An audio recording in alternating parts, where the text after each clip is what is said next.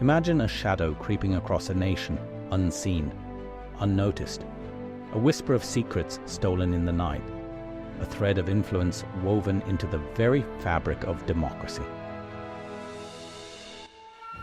Beneath the surface of the Cold War lies a question.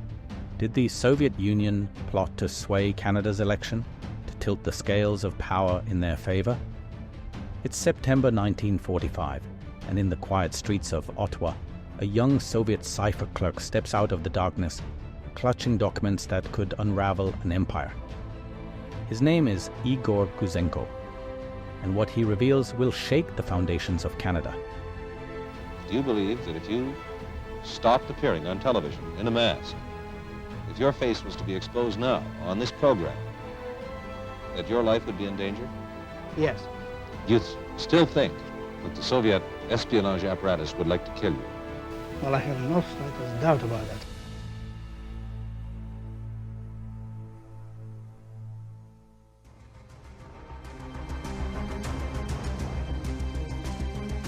It's 1945, and the world is exhaling after 6 years of war. Japan has just surrendered, and Canada, a quiet ally, is turning toward peace. But peace is an illusion. On September 5th, Igor Gouzenko, a 26-year-old clerk at the Soviet embassy in Ottawa, walks away from his post. He's not just a defector, he's a Pandora's box. With him, he carries 109 documents, each one a key to a Soviet spy ring burrowed deep in Canadian soil. Gouzenko's revelations were explosive. Soviet agents have infiltrated the Canadian government, external affairs, national defense, even the House of Commons itself. But there's something else, something murkier.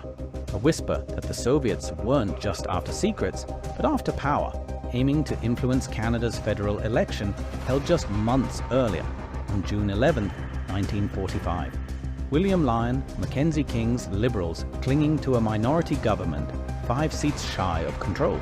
The cooperative Commonwealth Federation is rising, promising a new socialist dawn. And then there's the Labour Progressive Party, the legal face of the Communist Party of Canada. They're small, but they've got a star. Fred Rose, a fiery MP from Montreal's Cartier riding, re-elected that June. He's a communist through and through, and, as Gouzenko will later reveal, a Soviet spy. Gouzenko's documents name him as a key player in the Soviet ring, alleged to lead the ring of up to 20 Soviet spies, passing weapons research to Moscow, which were targeting primarily atomic weapon research from the Manhattan Project. The spy ring wasn't just Rose.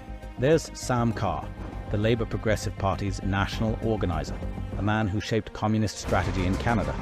Raymond Boyer, a McGill professor leaking chemical secrets. Gordon Loonan, a so-called master spy pulling strings. These weren't amateurs. They were a network, active during the election. Could they have been more than thieves of secrets? Could they have been architects of influence? Rose was re-elected before Gouzenko defected. Was his victory a fluke, or was it part of a Soviet design?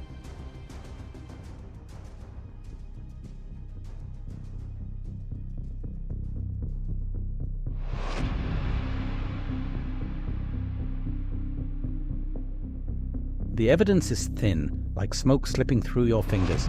No ballot tampering, no secret funds, at least none we've found. But the timing gnaws at you.